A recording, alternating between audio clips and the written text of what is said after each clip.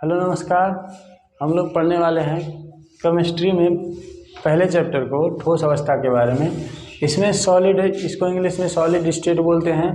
और इसमें आपको पढ़ना है कि पदार्थ की जितनी भी अवस्थाएं होती हैं उसमें से ठोस अवस्था के बारे में डिटेल से पढ़ना है। देखिए, पदार्थ की 3 अवस्थाएं हैं, ठोस, द्रव, गैस। तो ठोस, द्रव, गैस में से ठोस अवस्था के बारे में पढ़ना है। तो ठोस अवस्था होती क्या है पहले वो समझ लेते हैं। तो सबको पता होगा पदार्थ की अवस्था। पदार्थ की 3 अवस्थाएं हैं। नंबर 1 होता है ठोस, नंबर दूसरा है गैस, नंबर तीसरा है द्रव। ठीक है, इसमें से आपको ठोस वाला जो अवस्था है इसके बारे में आपको पढ़ना है। तो किस तरह से ठोस होता है उसके बारे में हम पढ़ाएंगे। ठोस का निर्माण किस तरह से होता है और किससे मिलकर बना होता है, किस किस प्रकार का हो सकता है, तो उसके बारे में आगे पढ़ना है। तो पहले समझ लेते हैं ठोस अवस्था का है। तो ठोस अवस्था में आप देखेंगे कि पहले द्रव अवस्था समझते हैं। तो द्रव अवस्था में देखेंगे, तो द्रव अवस्था में देखेंगे जो कण होते हैं, जैसे कोई भी पदार्थ कैसे बना है, छोटे छोटे कणों से मिलकर बना होता है। और छोटे छोटे जो कण होते हैं वो कितनी दूरी पे हैं, उसके बीच जो बल लग रहा है उसके आधार पे उसका जो है हम निर्धारण करते हैं कि किस अवस्था में है, ठोस में है, द्रव में है कि गैस में है, किस अवस्था में है। उनके बीच लगने वाले बलों के द्वारा हम उसका निर्धारण करते हैं कि वो किस अवस्था में है। तो अगर हमको द्रव बताना हो, द्रव अवस्था में किसी भी पदार्थ की अवस्था को द्रव में बताना हो, तो द्रव में देखेंगे कि पानी तरल की तरह जो है रहेगा। उसके कण जो रहेंगे बहुत दूर दूर नहीं रहेंगे, आपस में एक दूसरे से जुड़े रहेंगे। लेकिन एक पात्र से दूसरे पात्र में डालेंगे तो आराम से चल जाएगा, या फिर जिस पात्र में रखेंगे उस पात्र में फैलने के लिए फैल जाएगा, या फिर उसका आकार ले लेगा। अब गैस वाला देखेंगे तो गैस वाले के कण दूर दूर होते हैं, निश्चित अवस्था में नहीं होते हैं। बंद करके रखेंगे तो रहेंगे, नहीं रखेंगे तो उड़ जाएंगे। तो एक द्रव हो जाएगा। और द्रव के कण जो है, द्रव के कण तरल की तरह होंगे। उसके बाद गैस के जो कण होंगे वो बहुत दूर दूर होंगे। ठीक है, इसके निश्चित कण नहीं होंगे, जहाँ पे रखेंगे उसी में आकार अपन ले लेंगे। जितने भी बड़े पात्र में रखेंगे और खुला रखेंगे तो उड़ जाएंगे हवा के रूप में, गैस के रूप में। लेकिन ठोस जो होता है वो ये दोनों से, जैसे पहले द्रव है, पहले गैस मान लीजिए, गैस के कण बहुत दूर, उसके बाद द्रव में थोड़ा सा और नज़दीक आ जाएंगे। उसके बाद ठोस वाले में बहुत नज़दीक आ जाएंगे कि उसके कण जो है द्रव से और नज़दीक आ जाएंगे कि उसको आप किसी पात्र में इधर उधर रखने पे वो अपने ही आकार में रहेंगे, उसको आप बदल नहीं सकते हैं। जैसे ये हो जाएगा आपका ठोस। ठोस में आपका कण जो है वो अपन आकृति जो है नहीं बार बार चेंज करता, वो निश्चित अवस्था में रहता है। ठीक है, तो इस तरह से बोल सकते हैं। तो मान लीजिए पानी अगर ले लीजिए एग्जांपल में पानी, तो पानी को देखा जाए तो पहले गर्म करिए अगर पानी को, तो पानी अगर गर्म करेंगे तो वाष्प बन के उड़ जाएगा। ठीक है, वाष्प बन के उड़ जाएगा। लेकिन अगर साधारण अवस्था में रहेगा तो द्रव अवस्था में रहेगा।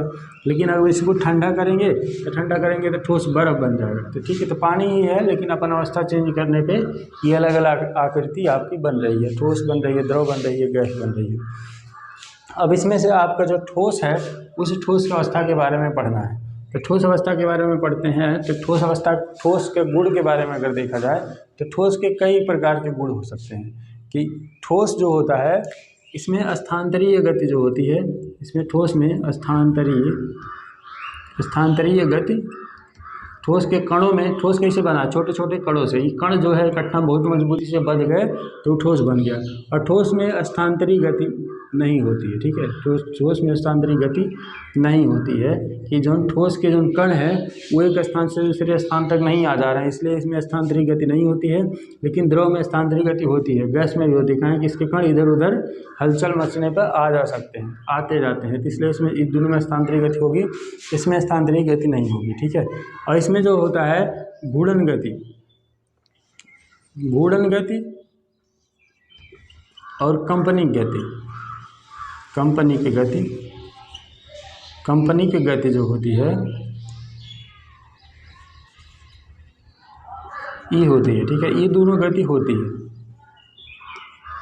तो ध्यान रखना है, स्थानांतरित गति नहीं होती है, यानी कि कण एक स्थान से दूसरे स्थान तक नहीं जाएंगे। लेकिन घूर्णन गति और कंपनिक गति जो होती है ये दोनों गतियाँ होती हैं। यानी कि इसके कण जो है अगर आप इसको घुमाएंगे, ठोस को मोड़ेंगे तो मुड़ जाएगा, तो घूमने वाली गति हो सकती है।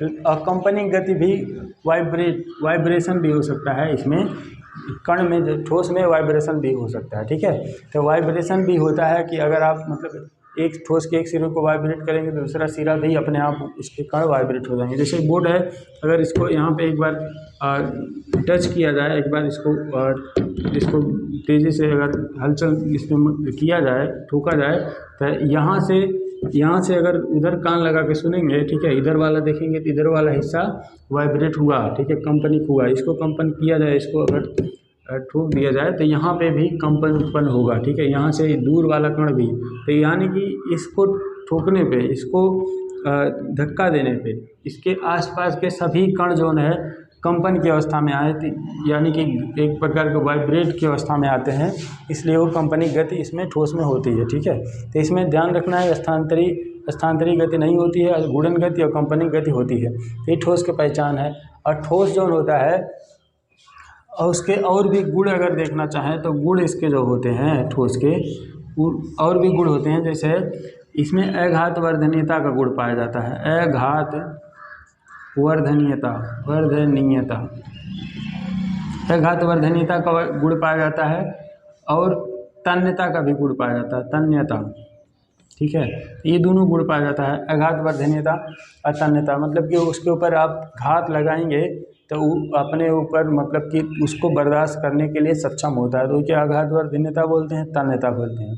तो बहुत सारे ठोस तन्यता के गुण भी प्रदर्शित करते हैं, नहीं भी कर सकते हैं, लेकिन मतलब ठोस में ही तन्यता का गुण होता है, द्रव में नहीं होता है और गैस में नहीं होता है। और अघात वर्धनीयता वाला गुण द्रव में नहीं होता है। अब इसको द्रव को पीटेंगे तो उसका द्रव जो है एक जगह से दूसरे जगह अपना स्थान छोड़ के हट जाएगा, वो अघात उस पर नहीं लग सकता, मतलब उसके ऊपर जो घात लगाएंगे उसको नहीं बर्दाश्त कर सकता।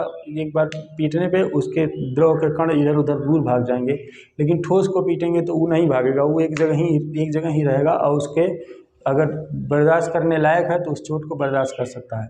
तन्यता, लोहा को मोड़िए तो मुड़ जाएगा, तो उसको तन्यता बोलते हैं। और इसको मोड़ेंगे मार करके तो इसमें तन्यता का गुण बहुत कम है, इसको बहुत ज़्यादा करेंगे तो टूट जाएगा, लेकिन हल्का फुल्का मुड़ सकता है। किसी प्लास्टिक को देखिए मोड़िए तो वो मुड़ सकता है। कुर्सी को अगर आप मोड़ेंगे उसके कुछ भाग को तो मुड़ सकता है, तो उसमें ये गुण जो है तन्यता है। ठीक है, तो इसमें सीख लिए ठोस के गुण के आधार पर ठोस किसे कहते हैं। ठोस में स्थानांतरित गति, गुणन गति और कंपनी गति जो होती है, इसको अगर देखें तो कंपनी गति नहीं होती है, लेकिन गुणन गति और कंपनी की गति होती है। तो ठोसों का वर्गीकरण देखा जाए तो कई प्रकार से इसका वर्गीकरण कर सकते हैं। तो इसका ठोसों का वर्गीकरण दो प्रकार से कर सकते हैं। नंबर एक इसका कर सकते हैं कणों के आधार पर, कणों के आधार पर। नंबर दूसरा कर सकते हैं अंतरा आणविक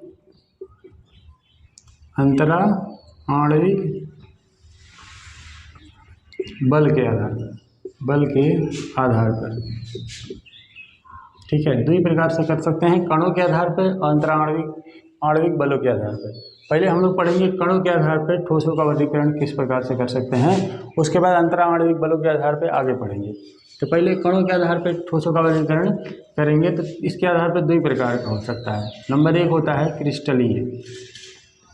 क्रिस्टलीय, नंबर दूसरा होता है अक्रिस्टलीय ठोस। इसको क्रिस्टलीय ठोस बोलते हैं एक ठो को अक्रिस्टलीय ठोस बोलते हैं। तब पहले हम पढ़ते हैं क्रिस्टलीय वाले को, फिर इसके बाद अक्रिस्टलीय वाले को। देखिए, क्रिस्टलीय वाला जो ठोस होता है, इसके बारे में अगर पढ़ें तो एक प्रकार के छोटे छोटे जो इस प्रकार के ठोस होते हैं, क्रिस्टलीय ठोस, इस प्रकार के छोटे छोटे जो किसी भी पदार्थ के या फिर किसी भी ठोस के छोटे छोटे कण जो होते हैं, वो क्रिस्टल के रूप में इकट्ठा होकर एक ठोस का निर्माण करते हैं। जैसे इतना बड़ा मान लीजिए ठोस है, अब इसमें छोटे छोटे जो है छोटे छोटे इसका भाग, कोई भी ठोस बना है, कैसे बना है, कोई भी ठोस बना है, बहुत बड़ा अगर ठोस है या फिर जितना भी बड़ा ठोस है, वो छोटे छोटे कणों से मिलके उसका बड़ा आकार का निर्माण हुआ है। तो बस उसी तरह से क्रिस्टल माने छोटा छोटा मान सकते हैं टुकड़ा। तो ये छोटे छोटे टुकड़ों से बना है तो उसको क्रिस्टलीय ठोस बोलते हैं। और क्रिस्टलीय ठोस के बारे में अगर पढ़ा जाए तो क्रिस्टलीय ठोस जो होता है दीर्घपरासी होता है, ठीक है, दीर्घपरासी। और दूसरा नंबर होता है कि विषमदैशिक होता है, विषमदैशिक होता है, ठीक है। और विषमदैशिक होने के साथ साथ और भी इसमें बहुत सारा गुण पाया जाता है क्रिस्टली वाले ठोस में। तो पहले हम क्रिस्टली वाला ठोस ही पढ़ लेते हैं, इस सब गुण का होता है इसके बारे में डिटेल से देखते हैं। अगर दीर्घपरासी इसमें गुण होता है क्रिस्टली वाले में, तो दीर्घपरासी किसको बोलते हैं? दीर्घपरासी माने इसको इंग्लिश में बोल सकते हैं लॉन्ग रेंज, लॉन्ग रेंज। और विषमदैशिक जो है, विषमदैशिक वाला गुण होता है उसको बाद में देखते हैं, पहले दीर्घपरासी वाला देखते हैं। देखिए दीर्घपरासी माने लॉन्ग रेंज, उसका जो मतलब आकृति हो सकती है, रेंज हो सकता है, बड़ा हो सकता है। दीर्घपरासी, अगर आप क्रिस्टल को समान आकार का लेंगे, क्रिस्टल वाले में समान आकार के क्रिस्टल होते हैं, और समान आकार के क्रिस्टल को सजाएंगे तो क्या बनेगा? बड़ा आकार बनेगा। समान लेना है, ठीक है, एक आकार का लेना है, एक आकार का लेना है, आपका आकार जो है चेंज नहीं हो। तो जब समान आकार का होगा तो बड़ा ठोस बन जाएगा, लेकिन असमान होता तो बड़ा नहीं बनता, इसलिए हमको समान आकार का लेना है। जब समान आकार का लेंगे तो क्रिस्टलीय ठोस होगा, और क्रिस्टलीय ठोस इसलिए दीर्घपरासी होता है। ये दीर्घपरासी वाला समझ में आ गया। जिस तरह से घर बनता है, अगर घर की ईंट को अगर आप सूत पे या फिर निश्चित आकृति में उसको सजा के ऊपर तक ले जाएंगे तो दीवार बड़ी बन पाएगी। अगर आप उसी ईंट को आप निश्चित आकार में इसको किसी नाप के न रखा जाए, वैसे ही रखा जाए तो थोड़े से ऊपर जाके दीवार टूट जाएगी, गिर जाएगी। इसलिए दीर्घपरासी वाली आकृति इसमें पाई जाती है कि इसका आकार बहुत बड़ा होता है।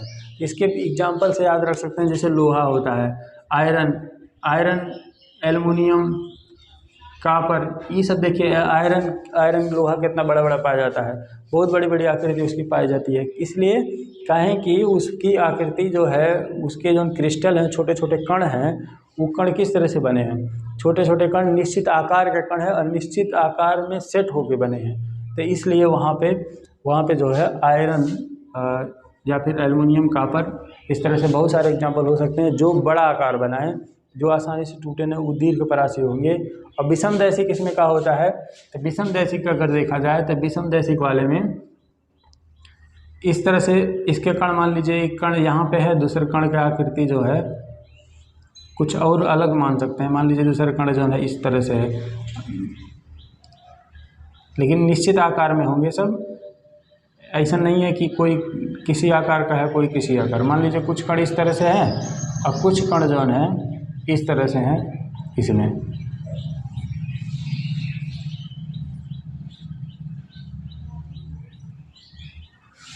ठीक है, अब इसको विषमदैशिक इसलिए बोलते हैं कहें कि इसको जब आप इधर से देखेंगे, मान लीजिए इसके नीचे से देखें, यहाँ से देखें, इधर से आप देखेंगे तो यहाँ पे इस हिस्से, बाएं वाले हिस्से को देखिए, तो बाएं हिस्से में देखेंगे इस तरह से एक गोला वाला एक समान कण दिख रहा है। लेकिन आप इसको तिरछा देखिए अगर ध्यान से, तो तिरछा देखने पे देखेंगे तो इधर बाएं वाला इधर देखिए, एक ठो इस आकार का मिला, दूसरा वाला यहाँ पे दूसरा मिल गया, यहाँ पे दूसरा मिल गया, मतलब कि यहाँ पे भी दूसरा, यहाँ पे भी दूसरा। ठीक है, तो एक बार ही मिल रहा है, फिर इस तरह से अलग अलग बदल रहा है। लेकिन इधर से देखे थे तो सामान्य मिल रहा था, एक बार इधर से देखे दूसरा दिखा, एक बार इधर से देखे दूसरा दिखा।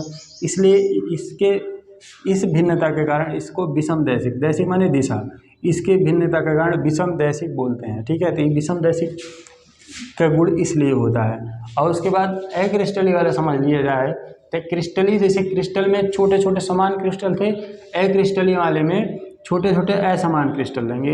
एक साइज इतना है तो दूसरा वाला साइज कोनो ऐसा होगा, मतलब कि इहो व्यवस्थित होंगे, ठोस अवस्था में होंगे, लेकिन कोनो निश्चित आकार का नहीं होंगे, कोनो बड़ा होंगे, कोई छोटे होंगे।